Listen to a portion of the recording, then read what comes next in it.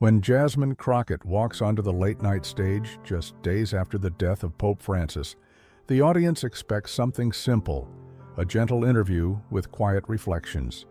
But something's off from the start.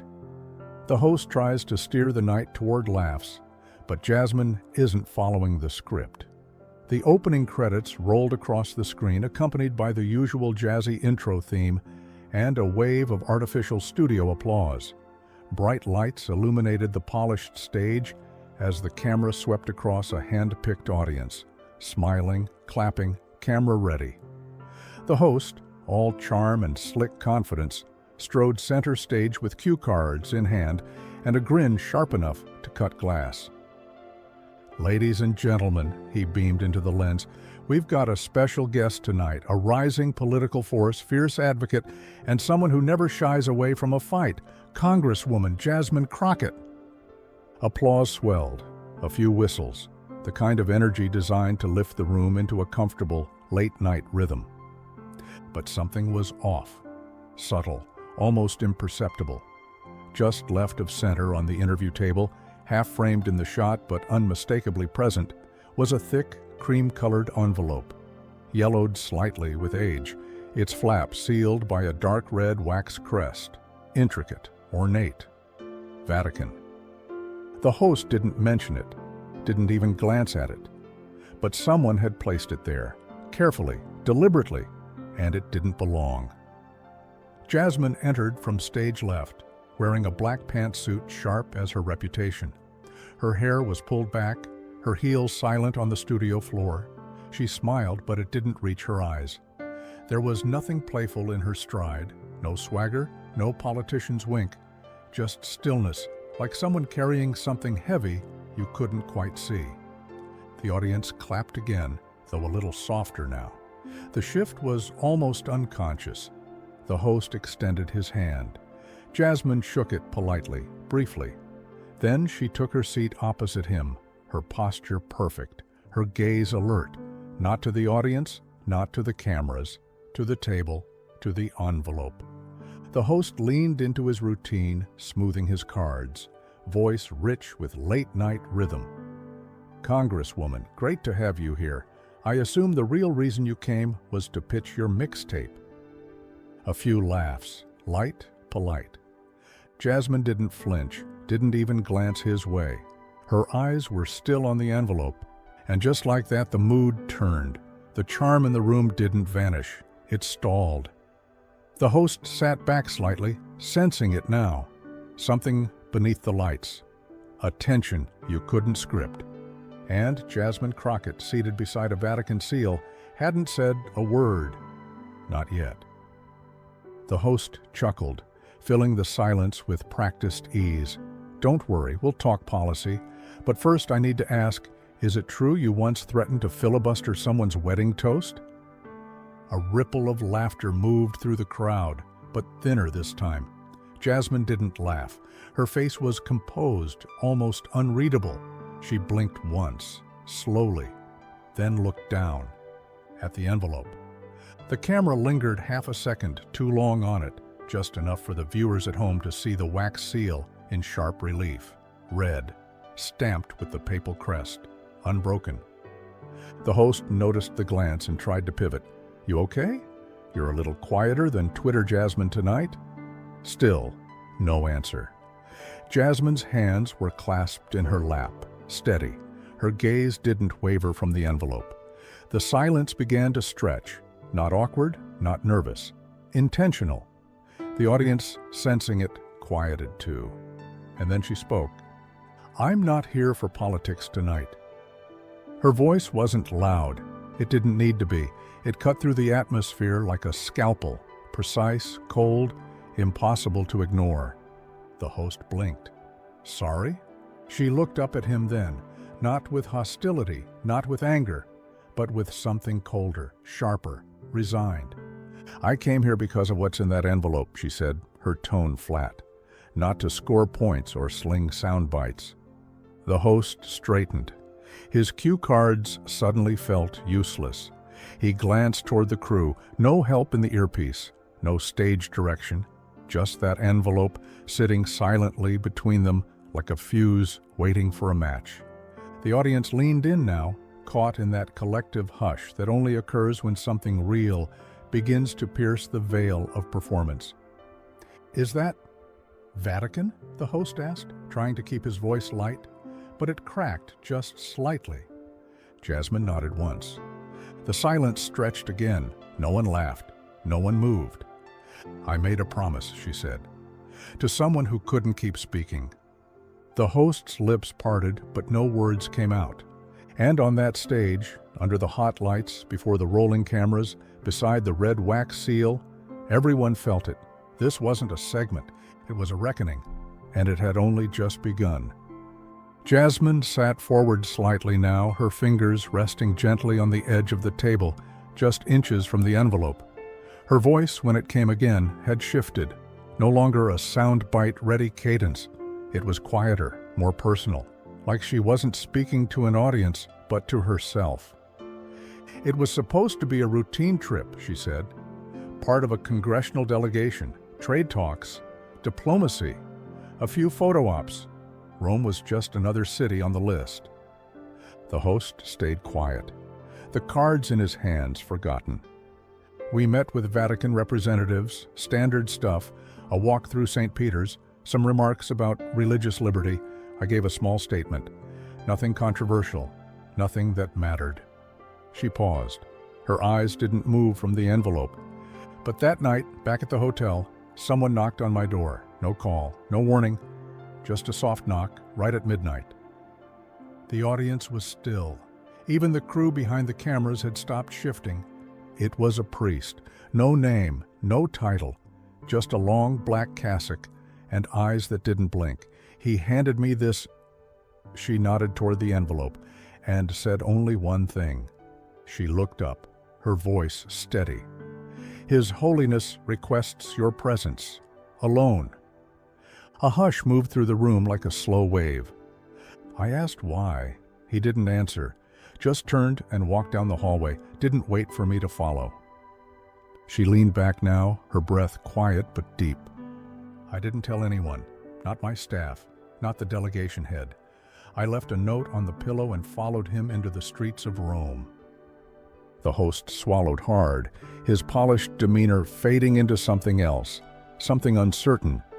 No motorcade, no guards, just one car, unmarked, black. We drove for 15 minutes in silence, down narrow alleys, past sleeping statues, and then we stopped. She paused. There was no grand entrance, no press, just a side gate in the wall. It opened for us without a word. She looked to the camera now, not with drama, with gravity. That's where it began, not in the chambers of power, not in a gilded hall. A beat, in silence. "They led me through the dark," Jasmine said, her voice almost a whisper now. "Past torchlit corridors and empty chapels. The Vatican is beautiful in the day. At night, it's something else." The host leaned in slowly, the envelope between them like a fragile truth waiting to be disturbed. We walked until the air turned cool, damp. I could smell earth, olive leaves. The priest stopped, opened a low iron gate and motioned me through. She paused, remembering. It was a garden, small, walled, ancient. The kind of place that wasn't built. It had always been there. Gnarled olive trees leaned over stone benches. The moonlight hit just enough to see a figure sitting alone. Her breath caught just barely. It was him. The audience didn't move. Phones were forgotten. Everyone was listening. Pope Francis wasn't dressed in ceremonial robes, no gold, no pomp, just a gray coat. Simple. His shoulders looked smaller than I expected. His eyes didn't. She paused, looked down briefly. Her hands stayed still. He said, "Thank you for coming. I wasn't sure if you would." She looked back up, the memory alive now in her voice. "I told him I didn't understand. Why me? Why now?" And he said, "Because silence doesn't frighten you, and I have something the world cannot yet hear." Even the host didn't breathe. He didn't talk about faith or politics. He talked about noise, about voices inside the church that speak louder than the word. He said they had hollowed out the truth from within. The room felt colder now, as if the garden's chill had slipped through the screen. He told me there was a prophecy, not written in scripture, but passed between popes, a pattern, and that it had begun again. Her voice trembled, but didn't break. He said, "They will not strike with fire, they will not shout, they will imitate, and by imitation they will erase." The host looked pale. "And then," Jasmine said, "he reached into his coat, slowly, like it hurt to move." She touched the envelope gently now, like it might dissolve under her hand. "He placed this in my palm, his fingers closed around mine, and he said," a long pause, "Open this only when truth becomes a threat." And then he let go of her hand and of everything that came next. The envelope sat between them like a third presence, silent but breathing. Jasmine's fingers grazed its edge, her gaze distant, fixed not on the object, but on what it carried. "He didn't speak for long that night," she said quietly, "but what he said has never left me." The host didn't interrupt. He couldn't. "He told me the danger wasn't out there," she continued, "not in governments, not in atheists or critics or modern life. The real danger," she said, "was within." A quiet gasp fluttered through the audience. Jasmine didn't acknowledge it. "He said the corruption people talk about, that's only the surface. He said what he feared most wasn't scandal, but silence, a certain kind of silence." Her voice grew lower, steadier. "He called them wolves in robes, said they wear the cloth of holiness, but serve no God, only preservation, only power." The light seemed colder now, the air heavier. "He said they don't reform, they erase, don't correct, they dilute. He said he tried to root them out quietly, diplomatically, prayerfully, but the deeper he went, the more he realized." She stopped, just for a breath. They were everywhere. The host looked down, his composure fading. "He named them," Jasmine said, "not with anger, with sorrow." She turned slowly to the audience, then back to the host. "Vigilantia Noctis." She let the Latin settle in the room. It means watchers of the night. Even the name seemed to pull at the shadows. He said they weren't just a faction or a rebellion. They were embedded, older than he first thought. Not heretics, not radicals, but keepers of a quiet agenda to drain the church of spirit and fill it with structure, ritual, obedience, but no soul. The host finally spoke, his voice a whisper. "And he trusted you with that?" Jasmine nodded slowly. "Because I don't belong to them, or to any church. I was an outsider who still believed in truth." She looked down again, her voice tightening. "He told me, 'You may not carry faith, but you carry fire. When I can no longer speak, carry this.'"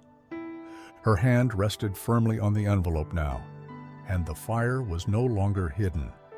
The studio lights glinted off the seal like it had its own pulse. Jasmine sat a little straighter now, her tone no longer uncertain. The weight of the moment had found its place on her shoulders, and she wasn't flinching. "When I got back to D.C., she said, I told myself it was over. I'd done my part. I had this envelope, this secret, but I'd keep it, guard it. That was enough." She looked over at the host, her eyes colder now. But secrets don't stay still. The audience didn't move, phones forgotten, every breath seemed measured. At first it was small, a text message with no number, just one line. "The silence protects more than you." She paused, let it hang. "I deleted it, told myself it was a prank." The host leaned in, concern creeping into his voice. "You mean someone knew about the meeting?"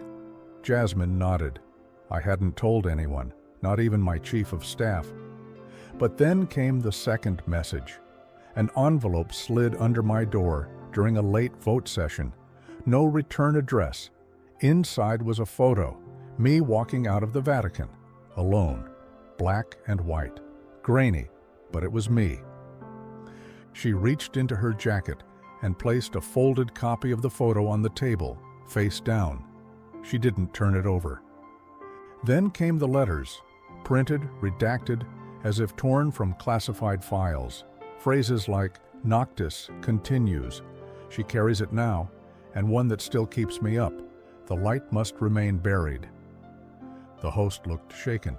You think it's the same group? Vigilantia Noctis? I don't think, she replied. I know. The envelope between them suddenly looked heavier. I started checking over my shoulder, noticing the same car parked outside my building, emails I didn't remember opening, calls with no voice on the other end, just breathing. A flicker of something passed across her face. Not fear, weariness. People think paranoia is irrational, but paranoia is just pattern recognition after too much silence. She looked directly at the host now, eyes sharp. I thought I was being watched. A beat. I still do. I didn't think much of it at first, she said. A dream's just a dream, right? The host didn't reply. He knew better now. But then it came again, and again, always the same. I'm barefoot, walking across the stone floor of a ruined cathedral. The roof is half collapsed. Light filters through dust. The air is cold. Her voice drifted, soft but clear. The stained glass is shattered. The pews are gone, but the altar is still there. And standing at it, waiting, is him. She looked up slowly. Pope Francis. The audience stirred, quiet murmurs moving through the studio like wind through dry leaves. But he's not in white. He's not dressed like the Pope. He wears gray, like a pilgrim, like someone in mourning. She leaned in slightly now, voice quieter, as if the dream could still hear her. I try to speak, but no sound comes out. My feet ache. The stone is broken beneath me, but I keep walking toward him, and when I reach him, he doesn't smile, doesn't bless me. He just starts speaking. She looked into the camera now. Not in Latin, not in prayer, in law, legal doctrine, phrases I haven't heard since law school. She recited as if pulled from the dream itself. Fiat, justitia, ruat, caelum. Let justice be done, though the heavens fall. Another phrase, veritas non potest tacere. Truth cannot remain silent. And then he stops, looks me in the eyes.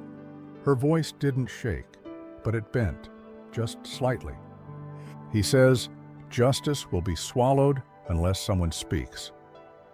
Silence fell again, but this time it wasn't empty. It waited with her.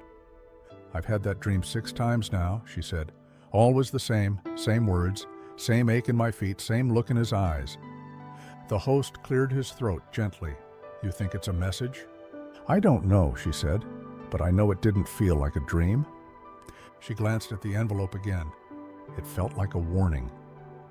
The lights above the stage buzzed faintly, the only sound between Jasmine's last words and the host's growing unease. He reached for his water glass, but didn't drink. Have you told anyone? He asked. Jasmine gave a slow nod. Pieces, hints, enough to get warned, not enough to be protected. The host's brow furrowed. Warned by who? She hesitated, then leaned forward, her elbows resting on the table. Let's just say there are people in D.C. who don't want me reading letters from the Vatican on live television. A few audience members shifted. The mood had shifted again, now deeper, darker. My staff caught on pretty quick, she continued, not to the envelope, but to me. They said I seemed distracted, agitated. I was checking doors twice, reading too much theology, waking up in the middle of the night. She stopped, her voice tightening. Then the chief of staff pulled me aside, said I was making people nervous, that it was time I stayed in my lane. The host tilted his head. Your lane? She nodded. Meaning, stick to policy, stick to press conferences, don't chase ghosts in the Vatican. She reached into her jacket and placed a folded slip of paper on the table beside the envelope. The host glanced at it, but didn't touch it. It's a printed message, one I got through internal mail, unmarked sender. It said, Don't mistake history for your story. Some secrets serve stability. The host blinked. That's not just a warning, that's a muzzle. Jasmine's jaw clenched.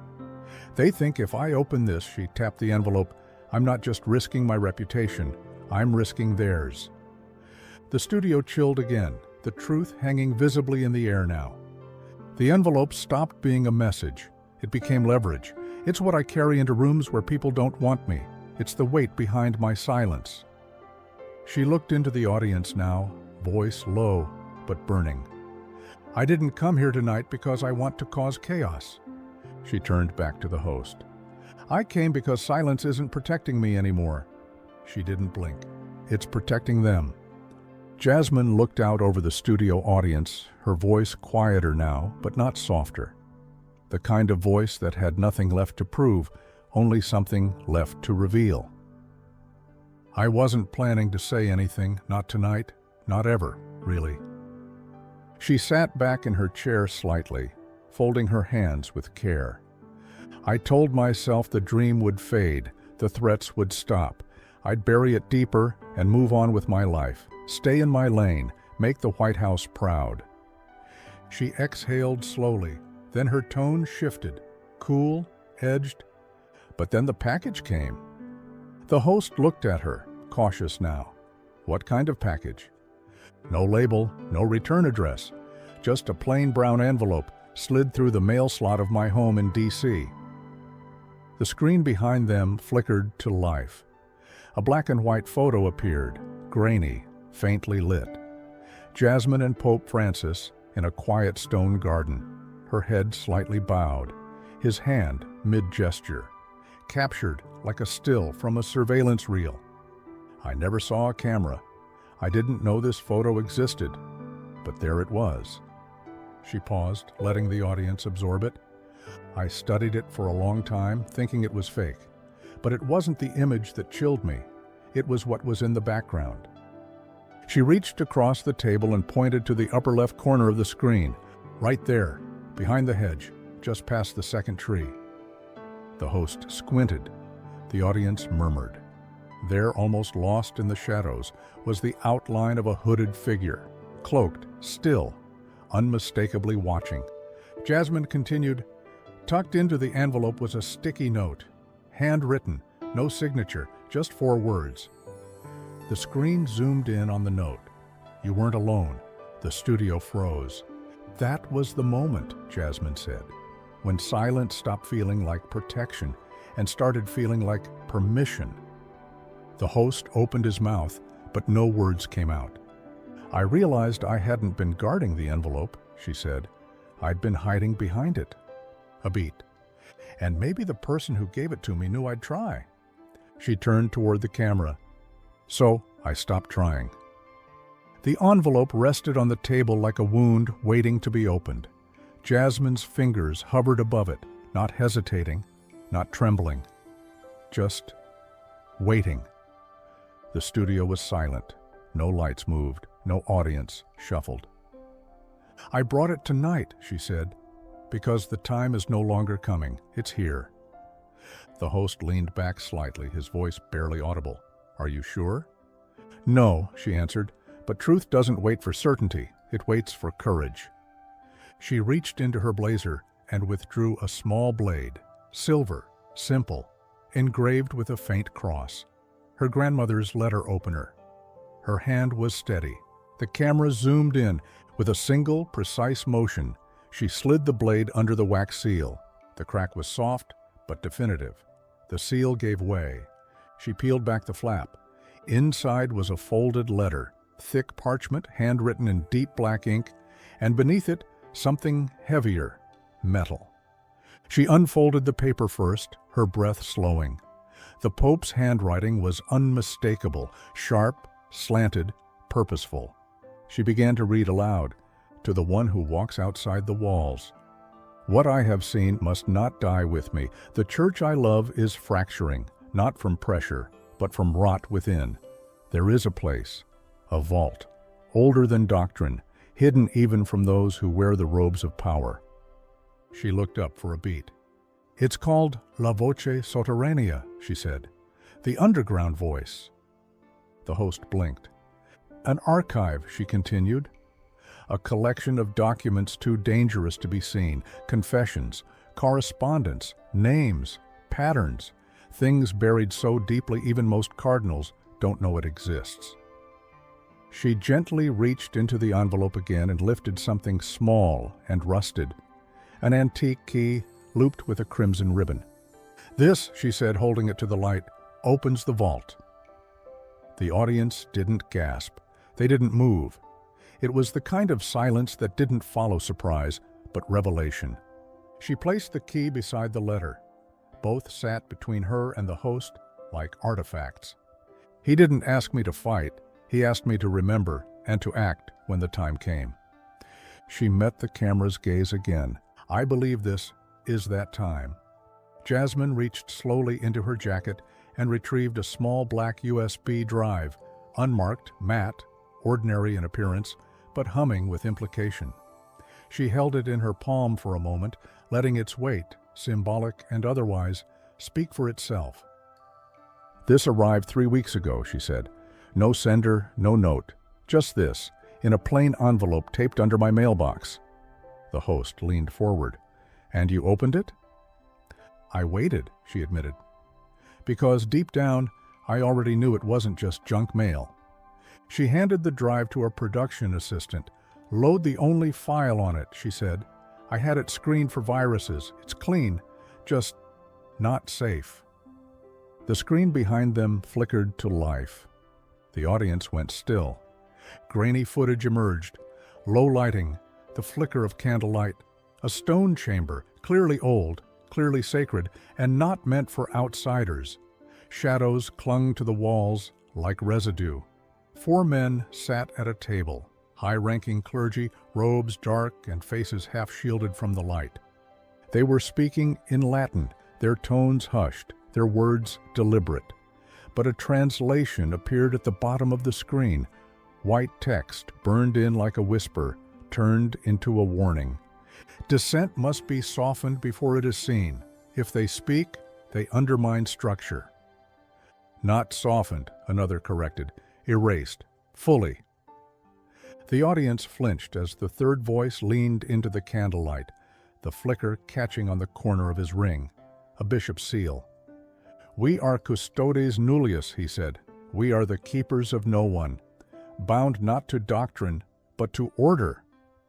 The screen stilled on that moment, the name echoing in every mind. Custodes nullius. The host stared at it, whispering, "What does it mean?" Jasmine answered without turning her head. "It means there are people inside the church whose loyalty isn't to God or to people, but to the idea of control. They answer to no one." She turned to the camera. "That's what he was afraid of, not a new religion, but a hollow one that wears the robes of tradition but has no soul left inside." The video faded to black. Jasmine looked at the audience. That chamber exists. Those men exist. The silence isn't an absence of sound. Her voice was iron. It's a weapon. The silence after the video felt thick, like a sheet of glass between the studio and the rest of the world. The audience didn't applaud. The host didn't speak. Jasmine simply sat with her palms flat on the table, as if anchoring herself. And then her phone buzzed. Loud, clear, singular. The screen lit up, face down on the desk. The vibration continued for a moment, then stopped. She didn't reach for it immediately. The host glanced at the screen, then at her. "Everything okay?" She turned it over slowly. No caller ID, no app, no timestamp, just a message, glowing white on a black screen. "End this now, or there will be silence for real." The audience stirred, nervous murmurs, shifting seats. Jasmine showed the screen to the camera. The lens zoomed in, catching every word. The host's voice dropped to a whisper. "That came just now?" She nodded once, calm, cold. The lights above flickered, not once but twice. A subtle dim, then a slow fade back to full brightness. But the timing was too perfect, too rehearsed to be accidental. The host looked to the crew. No signal in the earpiece, no message on the teleprompter. Just dead air. Then he turned back to Jasmine, visibly rattled. "Should we stop?" Her reply came instantly. "No." The audience fell into absolute stillness. She leaned forward, voice like tempered steel. This is the moment they always count on, that someone will flinch, that fear will be enough. She tapped the phone once. "This isn't a bluff, it's a warning, but not for me, for everyone who's still asleep." The host hesitated, then said quietly, "Jasmine, you could be risking your life." She didn't blink. So did he. Her hand moved slowly back to the key on the table. It glinted in the light, old, rusted, deliberate. They want silence. She stared directly into the lens. Let's give them truth instead. Jasmine reached into a slim folder tucked beneath the table. She unfolded it quietly, without ceremony, and laid 3 photographs side by side. "These were mailed to me over the past 6 months," she said. "No sender, no note, just these." The screen behind them lit up, displaying the first image, a street view at dusk, the Capitol dome in the distance. Jasmine's D.C. office window lit from inside, her silhouette visible at her desk. "And that," she said, pointing to the lower corner, "is what matters." The camera zoomed in. Near the edge of the frame, barely visible, was a hooded figure, cloaked in black, standing still beneath a street lamp, their face hidden, their body motionless. "This photo is time-stamped," Jasmine continued. "It was the night I told myself I might go public. I hadn't told anyone. I hadn't sent a single message." A pause. She placed the second photo on the table. A rural church in Texas. Jasmine giving a quiet speech to a local youth group, captured from far away, as if taken from behind a tree. Again, the figure. In the background. Part of the landscape, but never part of the crowd. Different cities, different days, same shadow. She placed the third photo gently in the center. This one was darker. Her own home. Dusk again, curtains mostly drawn, but not completely. Her infant niece visible in her arms through a narrow gap. On the sidewalk, distant and blurred, the shape again, still, watching. Jasmine looked up, her voice tight but unwavering. "This is not paranoia." Her hand pressed flat against the last photo. "This is surveillance." The audience was silent now, frozen in that collective realization that something once abstract had just become real. "I don't know who they are," she continued. "I don't know if they're part of Custodes Nullius or something older, something darker." She looked toward the camera. "But I know they're real, and I know they want me quiet." Her voice sharpened to a whisper. They should have chosen someone else. The sirens came in faint at first, just an echo beneath the hum of the studio lights. But then they grew louder, closer, urgent. The host turned his head toward the offstage monitors, his posture tightening. Something was happening. A producer walked briskly behind the cameras, whispering into a headset. Another crew member motioned toward the side exit. A red warning light flickered discreetly above the rear doors of the set. The host began, eyes darting toward Jasmine. "I'm getting word. Security's reporting some kind of breach. Unidentified individuals have entered the perimeter." The audience rustled, restless, unsettled. Jasmine didn't move. She didn't even blink. "They'll do anything to stop this," she said quietly. "It was never about the broadcast. It's about the moment just before it reaches the world." The host's voice dipped into concern. "Jasmine, should we cut the feed?" She turned toward him, slowly, calmly. You don't cut the feed when history is being written." A studio assistant appeared at the edge of the stage. "We need to evacuate," he whispered urgently. "Police are asking us to go dark." The host hesitated. Jasmine didn't. She stood, not rushed, not flustered. "I wasn't chosen because I'm powerful," she said, her voice rising. "I wasn't chosen because I'm part of the system." She stepped closer to the table, her hands resting beside the key and the photos. I was chosen because I wouldn't bow. The sirens howled louder now, closer than anyone was comfortable admitting. Jasmine's presence filled the room, steady, centered, refusing to shrink. "You don't need faith to see what's coming," she said. "You need courage, you need clarity, and tonight, you need truth." The host looked at the camera, then back to her. "They're almost here." Jasmine nodded. "Let them come."